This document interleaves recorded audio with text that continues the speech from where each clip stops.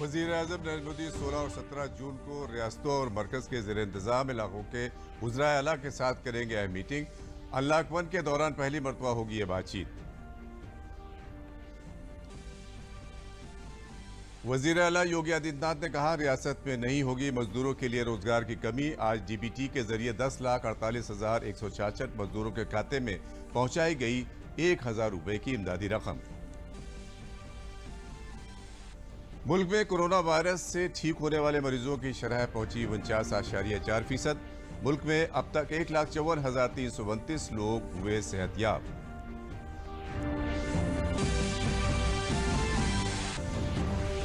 और लखनऊ में खुद इमदादी ग्रुप बनाकर खवातीन के जरिए मास्क तैयार कर जिंदगी की राह की आसान। चिन्हट ब्लॉक में आजीविका मिशन के तहत मिल रहा है हजारों खातून को रोजगार। आदाब, मैं हूं एस मेहदी और अब खबरें तफसील से। वज़ीर-ए-आज़म नरेंद्र मोदी 16 और 17 जून को रियासतों और मरकज़ के ज़ेर इंतज़ाम इलाकों के वज़राए आला के साथ एक अहम मीटिंग करेंगे। अनलॉक 1 के दौरान ये पहली मरतबा होगा जब वज़ीर-ए-आज़म रियासतों के वज़राए आला के साथ बातचीत करेंगे। इससे कबल लॉकडाउन के दौरान वज़ीर-ए-आज़म 5 मरतबा बातचीत कर चुके हैं। इस दौरान वज़ीर-ए-आज़म ने न सिर्फ रियासतों की हौसला अफजाई की बल्कि उन्हें चैलेंज से निपटने के लिए तैयार किया। अनलॉक 1 में रफ्ता रफ्ता जिंदगी और मईशत पटरी पर लौट रही है। ऐसे में मुस्तकबिल के लाएमल के लिए यह बातचीत काफी अहम मानी जा रही है।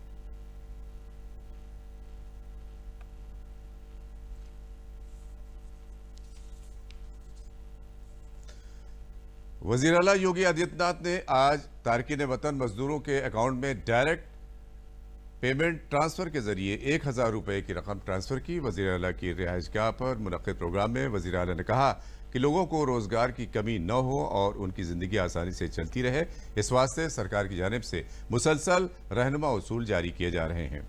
मकामी सतह पर महाजिर मजदूरों के लिए रोजगार की कमी न हो, इसके लिए रियासत की ग्राम पंचायतों में इस साल 11,000 करोड़ रुपए से ज्यादा का काम होगा। ग्राम पंचायतों को इसके लिए एक्शन प्लान बनाकर काम करने की हिदायत दी गई है।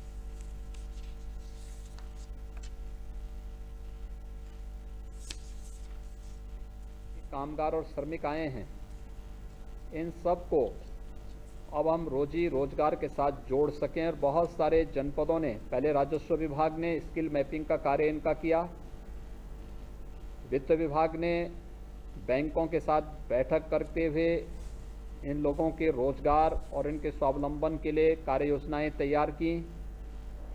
और जनपद स्तर पर पूरी मुस्तैदी के साथ इन सब को उनके रोजी रोजगार के साथ जोड़ने की कार्रवाई भी प्रारंभ कर दी। कहीं जॉब कार्ड बनाए गए हैं, कहीं पर इनके स्किल डेवलपमेंट के अनुसार इनको वहाँ पर कार्य देने की अपनी तैयारी हर एक जिला प्रशासन अपने स्तर पर कर रहा है। सचमुच बहुत अद्भुत कार्य हुआ है, बहुत सराहनीय कार्य हुआ है जनपद स्तरों पर भी, क्योंकि मुझे तो इधर बीच में कुछ जनपदों में जाने का अवसर प्राप्त हुआ था और मैंने पब्लिक जो फीडबैक लिया उसके माध्यम से पब्लिक ने इसको बहुत सराहना की कि वास्तव में जिस मुस्तैदी के साथ प्रशासन ने इस पूरे जो डिजास्टर के दौरान, आपदा के दौरान कार्य किया है, वह मुझे लगता है कि हम सब के सामने एक नई मिसाल प्रस्तुत करता है। आज जब हम लोग प्रदेश के 35 लाख प्रदेश में आए हुए प्रवासी कामगार और श्रमिकों को उनके भरण पोषण के लिए रुपया 1,000 की राशि उनके खाते में भेज रहे हैं, इस श्रमिकों के कल्याण के लिए शासन की प्रतिबद्धता को दोहराता है। और इसीलिए मेरे साथ आज यहाँ पर श्रम और सेवायोजन मंत्री श्री स्वामी प्रसाद मौर्य जी भी हैं, राजस्व विभाग के राज्य मंत्री श्री विजय कश्यप जी भी हैं, श्रम और सेवायोजन मंत्रालय ने पहले से ही श्रमिकों के कल्याण के लिए अपनी अनेक योजनाएं प्रारंभ की हैं। कल ही हम लोगों ने श्रमिक विद्या मानधन योजना को प्रारंभ किया है।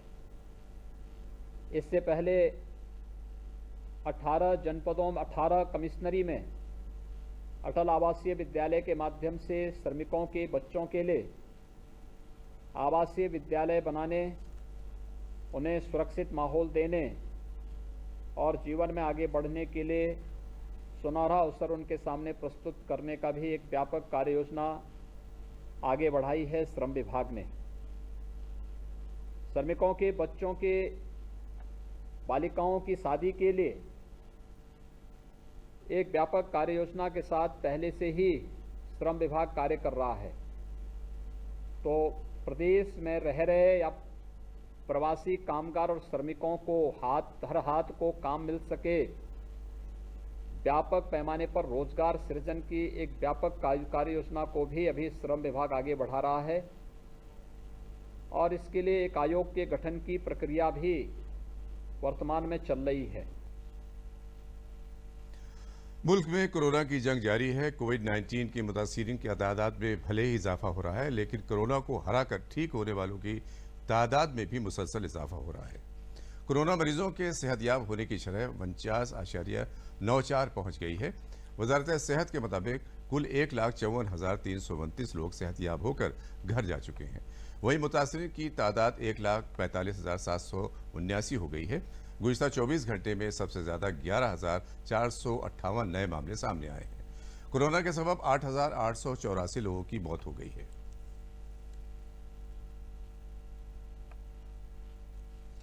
कोरोना वायरस के असर को रोकने के लिए वज़ीर आला योगी आदित्यनाथ हर मुमकिन कोशिश कर रहे हैं।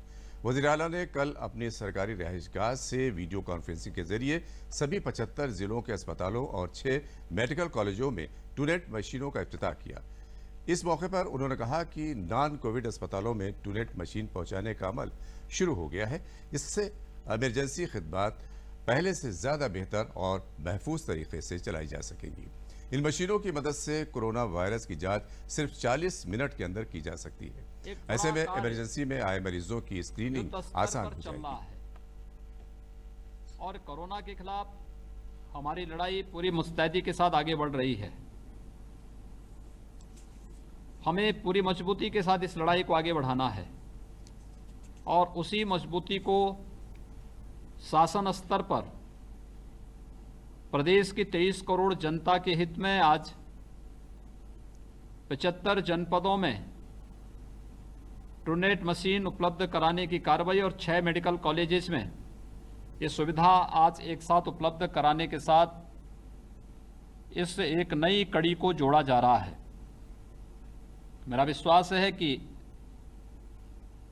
ये मशीनें अगर वहाँ पर हर एक जनपद में जहाँ पर ये मशीनें लगाई गई हैं, वहाँ की टीम इसका बेहतर उपयोग करके लोगों को इमरजेंसी और सेमी इमरजेंसी की सेवाओं के साथ ही तो सैंपल लेकर के टेस्टिंग की प्रक्रिया को आगे बढ़ाएंगे। तो इससे न केवल हमारी टेस्टिंग क्षमता को आगे बढ़ाने में मदद मिलेगी और जो लक्ष्य हमने तय किया है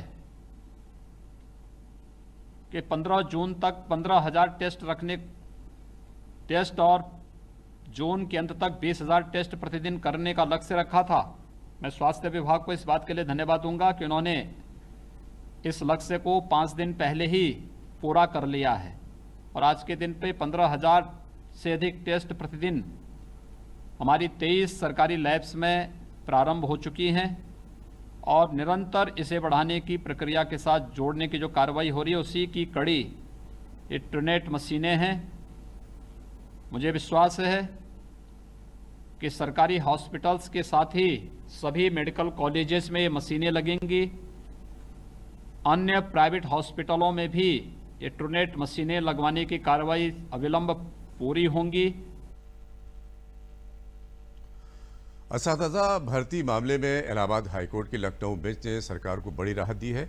69,000 असिस्टेंट टीचर भर्ती मामले में अदालत ने सरकार की तीनों अपीलों की समाअत को मंजूर करते हुए एक रुकनी बेंच के 3 जून के हुक्म पर अपने आइंदा अहकाम तक रोक लगा दी है। अदालत ने सरकार को भर्ती का अमल जारी रखने की इजाजत दे दी है।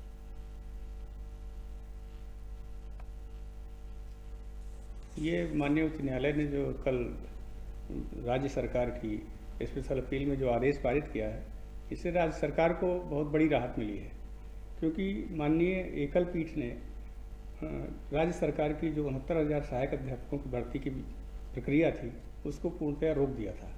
लेकिन जो खंडपीठ ने विशेष अपील में राज्य सरकार द्वारा दायर विशेष अपील में राज्य सरकार को ये कहा है कि आप अपनी भर्ती प्रक्रिया को जारी रख सकते हैं, लेकिन साथ में ये भी कहा है कि माननीय उच्चतम न्यायालय में एक विशेष अनुमति याचिका जो वहाँ पे विचाराधीन है उसके आदेश के तहत ही करेंगे, क्योंकि माननीय सर्वोच्च न्यायालय ने ये निर्देश दिया है कि जो शिक्षा मित्रों की 37,000 के लगभग जो सीटें हैं, जो शिक्षा मित्र इस परीक्षा में सम्मिलित हुए थे और उनका भी जो मामला विचाराधीन है, तो वो जब तक सुप्रीम कोर्ट से तय नहीं हो जाता तब तक उन 37,000 रिक्तियों पर आपको नियुक्तियों की प्रक्रिया रोकनी पड़ेगी।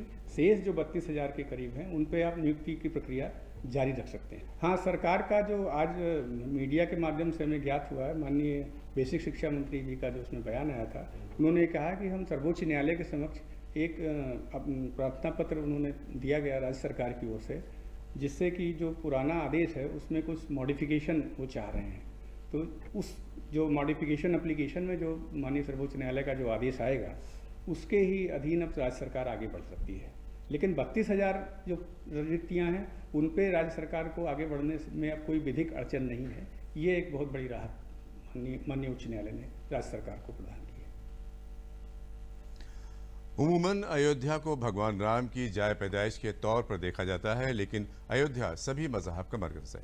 अयोध्या के सबब दुनिया के कई ममालिक से हमारे रिश्ते जुड़े हैं।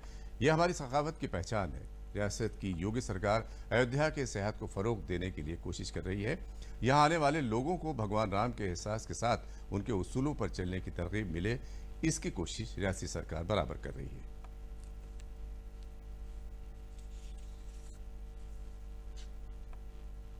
हम खड़े हैं मणिराम दास जी की छावनी पर और हमारे साथ उत्तराधिकारी हैं कमल नयन दास जी, जिन्होंने आज शिव जी की पूजा इसलिए की है कि निर्विघ्न रूप से भगवान राम के मंदिर का कार्य संपन्न हो सके। जो कुबेर टीला के नाम से विख्यात है, आज भगवान आशुतोष शशांक शेखर शिव जी की पूजा की गई। यही कामना है देश अखंड हो, राष्ट्र समृद्धशाली बने, सुख और शांति की प्राप्ति हो सबको। ये जो महामारी आई है, महामारी जल्दी दूर हो, जिससे भगवान श्री राम जी के जन्मभूमि का कार्य जल्दी निर्विघ्न समाप्त हो सके। बड़ी लंबी प्रतीक्षा थी भगवान राम के मंदिर निर्माण की। बस सारी तैयारी हमारी पूरी है, जल्दी शुरू हो जाएगा कार्य। आज की अयोध्या बदलाव के दौर में है। राम की पैड़ी की आप सुंदरता देख सकते हो। जो यहाँ की बिल्डिंगें हैं उनमें रंगरोगन हुआ है, नई भव्यशाली बिल्डिंगों का निर्माण हो रहा है। एक नई अयोध्या बसाई जा रही है जहाँ पर्यटक आकर महसूस करे कि यहाँ कभी राम रहे होंगे, जिनका गौरवगान आज तक किया जा रहा है। कैमरामैन रामजी वाजपेयी के साथ रामेंद्र सिंह, डीडी न्यूज़, अयोध्या। लखनऊ में खवातीन ने मेहनत कर खुद कफील बनने की नई मिसाल कायम की है। लॉकडाउन में जब रोजगार की कमी हुई तब चिन्हट ब्लॉक की खवातीन ने आजीविका मिशन कहते एक ग्रुप बनाकर मास्क बनाना शुरू किया। इसके बाद इन खवातीन की अच्छी आमदनी होने लगी। सरकार की मदद से इनके जरिए तैयार मास्कों की फरोख्त भी आसानी से हो रही है। मन में आत्मनिर्भर बनने की आस हो तो हर राह आसान हो जाती है। लखनऊ में स्वयं सहायता समूह की महिलाओं ने कुछ ऐसा ही कर दिखाया है। लॉकडाउन के दौरान जब तमाम चीज़ें बंद थी, रोजगार जा रहे थे, तब यहाँ आजीविका मिशन के तहत महिलाओं ने कुछ ठाना और मास्क बनाने की सोची। ऐसी ही महिलाएं हमारे साथ हैं यहाँ पर, जिन्होंने हजारों मास्क तैयार किए। इस दौरान लगातार अच्छे सुंदर सुंदर मास्क ये लोग लगातार बना रही हैं और हजारों की संख्या में मास्क अब तक सप्लाई कर चुकी हैं। हम इन महिलाओं से जानेंगे कि ये प्रेरणा इनके दिमाग में कैसे आई और कितने लोगों को अपने साथ जोड़ रखा है इस तरीके से। मैडम, आप लोग ये काम लॉकडाउन के दौरान मास्क बना रही हैं, कैसे, क्या कुछ खासियत है इनमें? सर, ये जो हम लोग मास्क बना रहे हैं, ये पहले शुरू हम लोगों ने ऐसे किया था कि जब शुरू में सुना था कि कोरोना है और हम लोग को मास्क की ज़रूरत पड़ेगी, तो हम लोगों ने थोड़े से मास्क अपने पास कपड़े से बनाए थे। पहले हम लोग ODOP का करते थे और NRLM से समूह चलाते थे, तो सोचा था कि मास्क बना के आपस में एक दूसरे को डिस्ट्रीब्यूट किए थे फ्री में। तो वो जब सर ने देखा NRLM की हम लोग अच्छा बना ले रहे हैं, और फिर उसके बाद उन्होंने अपना ही ऑर्डर दे दिया कि आप हमारे खादी के मास्क बनाइए। हमारे NRLM से कपड़ा और सब कुछ प्रोवाइड करवाया हम लोगों ने, सब तैयार कर, मतलब जो लॉकडाउन के बीच में ही हम लोगों को एक काम मिल गया और उसको हम लोग करने लगे। इस तरह से कि जो हमारा मास्क जो तैयार हो रहा है खादी का, ये बिल्कुल डिफरेंट है उससे। जो हमारा जो सिंथेटिक और मास्क हैं, जो चाहे N95 हो, चाहे वो कोई और भी चाइनीज़ मास्क हो, लेकिन ये खादी का जो कपड़ा है, इससे जो मास्क हम लोगों ने तैयार किया है, इसकी सबसे बड़ी अच्छाई ये है कि स्किन में किसी तरह का कोई नुकसान नहीं पहुंचाता है। और दूसरी चीज़ ये है कि इसको लगाने के बाद हम इसको दोबारा वॉश करके फिर से यूज़ कर सकते हैं, रीयूज़ कर सकते हैं, और किसी तरह का कोई इसमें नुकसान नहीं है। इस तरह का सोच के साथ हम लोगों ने ये काम शुरू किया। अभी तो हमने बड़ों के शुरू किया, लेकिन बड़ों के जब हम लोगों ने जगह जगह दिए तो कुछ लोगों ने बच्चों के मास्क की भी डिमांड रखी। तो उस तरह से हम लोगों ने थोड़ा सा बच्चों को कुछ स्टाइलिश में कहा। हम लोग बड़ों के तो इसके बच्चों के नहीं आते हैं, तो कुछ डिज़ाइनर, कुछ स्टाइलिश करके हम लोग इस तरह से बच्चों के मास्क भी तैयार कर रहे हैं और जो ऑर्डर के हिसाब से उनको दे रहे हैं। अब तक हम लोग करीब 30-32 हज़ार मास्क बना चुके हैं और आगे हम लोगों को और भी ऑर्डर है। अभी करीब 25-30 हज़ार रुपये, तो 25-30 हज़ार तो खाली यहीं से NRLM से ही मांगा गया है, और बाकी जगह से भी हमको, रिजर्व बैंक से भी हमको 1000 मास्क का ऑर्डर। अच्छा, आप अपने साथ महिलाओं को कैसे जोड़ती हैं? एक खासियत है, ये खूबी है बनाना, आर्ट है, ऐसे कैसे लोगों को बताती हैं, प्रेरित कैसे करती हैं महिलाओं को जोड़ने के लिए? एक्चुअली ऐसा होता है कि पैसे की सबको ज़रूरत है। इस टाइम में लॉकडाउन में तो सब परेशान थे और मशीनें सबके पास थी, और जो समूह थे हमारे, उसको गवर्नमेंट से, NRLM से पैसा भी मिला हुआ था। सबको 1 लाख सबके अकाउंट में था, तो उनको काम करने में उस टाइम दिक्कत नहीं थी। अगर उनको कुछ काम मिल जाता उस पैसे को लगा के, 2% के इंटरेस्ट से होता है, तो वो लोग सब उसके लिए तैयार थी। अब हमने इसमें डिस्टेंसिंग का भी पालन करना था, इसके लिए हम लोगों ने ये किया कि सबके घरों में ही, उनके घरों पे ही कपड़ा प्रोवाइड करवा दिया, और वो लोग बना के और सब इकट्ठा करके, और इस जगह पे एक जगह हम लोग तय कर ली, यहाँ पे रखेंगे और यहाँ से सप्लाई करेंगे। तो इस तरह से बाकी और समूह की महिलाओं को भी काम मिल गया और हम लोगों को भी, और एक दूसरे को देख के आता गया और सीखते गए, काम करना आसान होता गया। आप लोग इस दौरान जब संक्रमण फैला हुआ है, लोगों को बचाव की ज़रूरत होती है, मास्क पहन के ही काम करती हैं, क्या क्या एहतियात बरतती हैं काम करते हुए? डेली हम लोग जब आते हैं ऑफिस में या बाहर से कहीं जाते हैं, तो आने के बाद तुरंत हैंड वॉश करते हैं। सैनिटाइज़र तो यूज़ करते ही करते हैं, अगर बाहर हैं तो सैनिटाइज़र यूज़ करते हैं, और नहीं तो जो है हम लोग हमेशा यहाँ पे रहते हैं तो हर घंटे पे जो है हैंड वॉश करते रहते हैं, और मास्क हमेशा प्रॉपरली पहने रहते हैं। बाहर कहीं जाना होता है तो भी अच्छे से पूरा शरीर, बॉडी ढक के जाते हैं। ये काम करने से आत्मनिर्भर, कुछ मन में जो है कह रहे हैं, एक महिला होने के नाते आपको लगता है कि अपने ऊपर आत्मनिर्भर रहना कितना ज़रूरी है? हम लोगों के पास लॉकडाउन के टाइम पे तो बिल्कुल भी काम नहीं था, घर में बहुत सारी दिक्कतें रहती हैं, घर में भी, तो हम लोग जो है इसी से मैम के साथ जुड़े हुए हैं और NRLM के साथ हम लोग काम कर रहे हैं। बहुत टाइम हो गया करते हुए, और इससे ही हम लोग का घर चलता है। बहुत मेहनत का काम है और बहुत अच्छी बात है, आप अपनी पहचान बना रही हैं। आप जो मास्क बना रही हैं, इनमें आपको क्या लगता है जो है कि मास्क पहनना कितना ज़रूरी है? आप लोग यहाँ पे मास्क पहन के ही काम करते हैं? जी हाँ, हम लोग पहन के करते हैं, और जो लोग आते हैं अगर नहीं भी होता है तो उन लोगों को देते हैं कि तुम लोग भी पहनो। जैसे किसी ने कहा नहीं है तो हम लोग खुद अपना दे देते हैं कि तुम लोग भी पहनो, या हैंड वॉश वगैरह है वो भी बताते हैं कि ऐसे करो। जो गांव की महिलाओं को नहीं मालूम है उन लोगों को भी बताते हैं कि ये करना ज़रूरी है, इससे बीमारी से बचाव हो सकता है। ये बहुत अच्छी बात बता रही हैं कि बिल्कुल ये लोग मास्क बना रही हैं ये महिलाएं, तो जब जाती हैं अपने घर जाती हैं, आसपास मोहल्लों में जाती हैं, तो लोगों को ये भी प्रेरित करती हैं इस बात के लिए कि आपके लिए मास्क पहनना कितना ज़रूरी है। ये संदेश पहुंचाना इस कोविड-19 के दौरान बहुत ज़रूरी है। देखिए, आजीविका मिशन जो है, हमारे समूह की जो महिलाएं हैं, ये हमारे ब्लॉक का एक रीढ़ की हड्डी की तरह काम करते हैं। तो ये अपने लिए ही नहीं काम कर रहे, अपने परिवार को भी आगे बढ़ा रहे हैं, और इनका काम सिर्फ मास्क तक सीमित नहीं है। जैसे अभी आप देख सकते हो, स्कूल के यूनिफॉर्म्स इन्होंने बनाने शुरू कर दिए हैं। हमारे यहाँ बहुत सारे क्वारंटाइन सेंटर्स थे, तो हम सफाई कर्मचारियों को वहाँ भेजते थे, तो उनकी सेफ्टी का ध्यान रखना हमारे ऊपर बहुत बड़ी रिस्पॉन्सिबिलिटी थी। तो हमारे समूह ने ही उनके लिए PPE किट्स बनाए थे, जिसको वो लोग रीयूज़ भी कर सकते हैं, और पूरे लखनऊ में वहाँ के PPE किट्स डिस्ट्रीब्यूट हुए थे।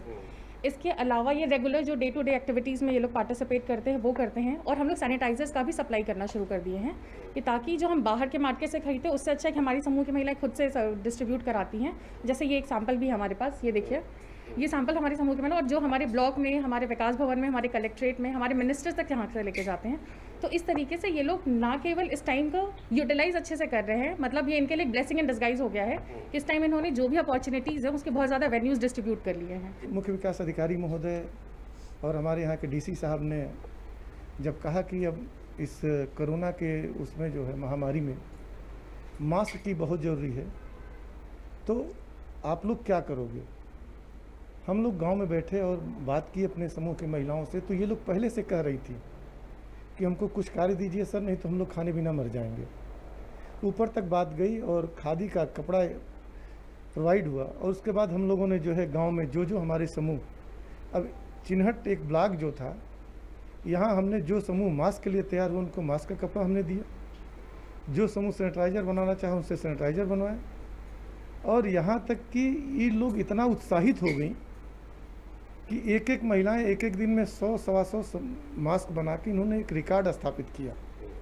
हमें तो अभी सोचना ही नहीं कि बाहर देना है, हम तो अभी अपने ग्राम पंचायतों में कर रहे हैं प्रोवाइड। बाहर से जो हमारे विभागीय आ रहे हैं, जैसे विकास भवन से लेके जितने भी हमारे सरकारी कार्यालय हैं, हर जगह हमारे ही मास्क यूज हो रहे हैं। क्योंकि एक तो ये सबसे सस्ता है और दूसरी चीज़ कि ये जो है यूज एंड थ्रो नहीं।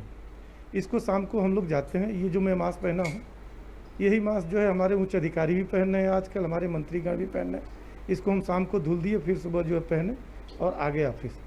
तो इस तरह से जो है हमारे भी पैसा बचा और जिस हाथ को काम नहीं मिला उस हाथ को काम मिला और काम के साथ साथ उनको दाम मिला।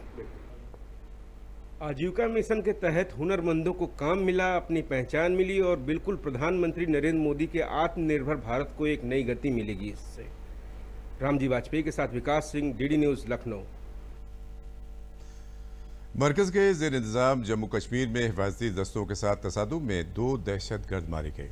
आज अलसुबह पुलवामा ज़िले में वीर बाजार इलाके में दारपुरा न्यूपाड़ा में हुई फौज की 19वीं कौमी राइफल्स और सीआरपीएफ की मुश्तरका टीम ने इलाके में दहशतगर्दों की मौजूदगी के बारे में पुख्ता सबूत मिलने के बाद छानबीन शुरू की। जैसे ही टीम मुश्तबा ठिकाने पर पहुंची, वहां छुपे दहशतगर्दों ने गोलीबारी शुरू कर दी। हिफाजी फोर्स की जवाबी कार्रवाई में दहशतगर्द मारे गए। दोनों दहशतगर्दों की अभी शिनाख्त नहीं हो पाई है।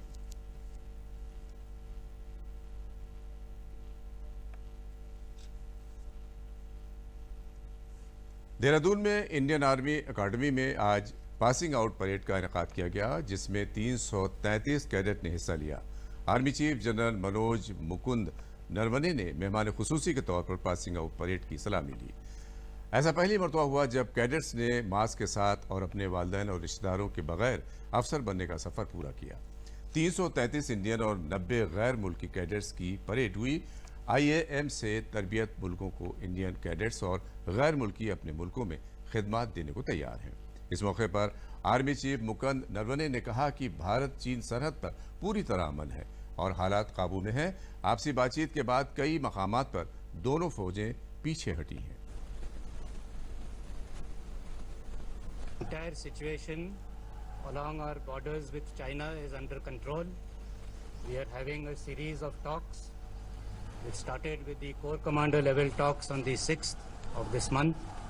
This has been followed up by a number of meetings at the local level between commanders of equivalent ranks, and as a result of this, a lot of disengagement has taken place, and we are hopeful that through this continued dialogue that we are having, all perceived differences that we have will be set to rest. As I said right at the beginning, everything is under control. Both sides are disengaging in a phased manner. We have started from the north, from the area of the Galwan River, where a lot of disengagement has happened. It has been a very fruitful dialogue that we have had. Army chief ने कहा कि लड़ाई कभी अकेले नहीं जीती जाती, इसके लिए टीम में यकजहती का जज्बा बहुत ज़रूरी है। लिहाजा फौज के इन नए जवानों को एक दूसरे के साथ मिलकर जंग जीतनी होगी। In these difficult times, the safety, honor and welfare of our country depends on your abilities as military leaders. You have the trust of the people of India, and to live up to their expectations, you have to strive hard. You have the challenging task of containing external threats as well as defanging disruptive forces attempting to destabilize our nation from within.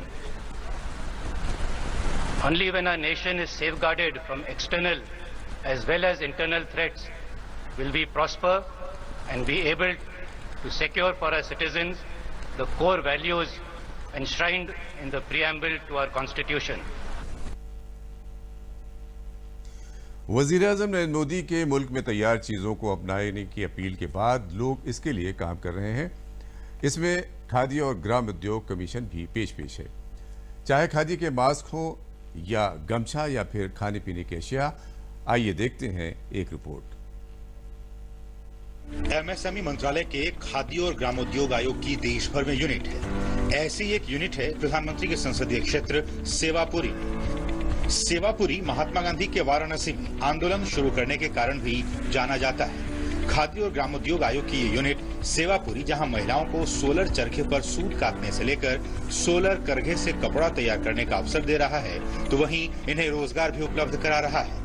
जहां इस unit में महिलाएं स्वदेशी गमछा तैयार कर रही हैं, वहीं सेवापुरी के आसपास की महिलाएं घर पर ही सिलाई कर खादी के मास्क तैयार कर रही हैं और अपनी आय भी पा रही हैं। इस संस्था में हमारे बहुत सारी एक्टिविटीज चलती हैं, जिसमें खादी से सोलर से उत्पादन संबंधित जो हमारे चरखे और लूम चल रहे हैं, ये यहाँ पर इसका मेजर उत्पादन हो रहा है। हमारा खादी जो विभाग है, यहाँ से जो यहाँ की जो बनी हुई उत्पाद हैं, चाहे वो कपड़े हों या ग्रामोद्योग की वस्तुएं हैं, उनको 40% तक हम लोग मिलिट्री कैंटीन में उपलब्ध कराएंगे। इसके अलावा हमारी जो बगल में एक संस्था है, कृषक विकास खादी ग्रामोद्योग संस्था सेवापुरी में ही, इन्होंने HAL और NCL का 20,000 गमछे का ऑर्डर उनको मिला है और वो सप्लाई करने जा रहे हैं। खादी और ग्रामोद्योग आयोग जहां एक तरफ महिलाओं को रोजगार दे रहा है, वहीं दूसरी तरफ स्वदेशी को भी बढ़ाने के लिए पूरे देश में काम कर रहा है। इतना ही नहीं, देश के विभिन्न उपक्रमों को खादी के गमछे और मास्क के साथ साथ खाने पीने की चीजें भी आपूर्ति कर रहा है। इन चीजों की सप्लाई कर स्वदेशी को और बढ़ाने का प्रयास भी कर रहा है। ये मैंने जो मास्क लगा रखा है, ये इस खादी ग्रामोद्योग द्वारा बनाया गया ही मास्क है, पूरा स्वदेशी है। तो बनारस की धरती से स्वदेशी के लिए प्रधानमंत्री के आह्वान पर खादी ग्रामोद्योग का यह काम निश्चित रूप से सराहनीय है। Rishikesh Bahadur Singh Gautam, DD news, Sevapuri, Varanasi. लखनऊ के देही इलाकों में वज़ीर-ए-आज़म और वज़ीर आला की हिदायत पर कोरोना के इस दौर में मनरेगा स्कीम के तहत बेरोजगार देही बाशिंदों को रोजगार मिलने से खुशी की लहर दौड़ गई है। मनरेगा के तहत रोजगार मिलने पर देही बाशिंदे वज़ीर-ए-आज़म के शुक्रगुजार हैं। महमूद नगर ग्राम प्रधान रिजवान ने बताया कि गांव में बाहर से आए क्वारंटीन किए गए महाजन मजदूरों के भी जॉब कार्ड बनाए जा रहे हैं। देही बाशिंदों को मास्क, सैनिटाइजर और सोशल डिस्टेंसिंग पर अमल करवा कर काम करवाया जा रहा है।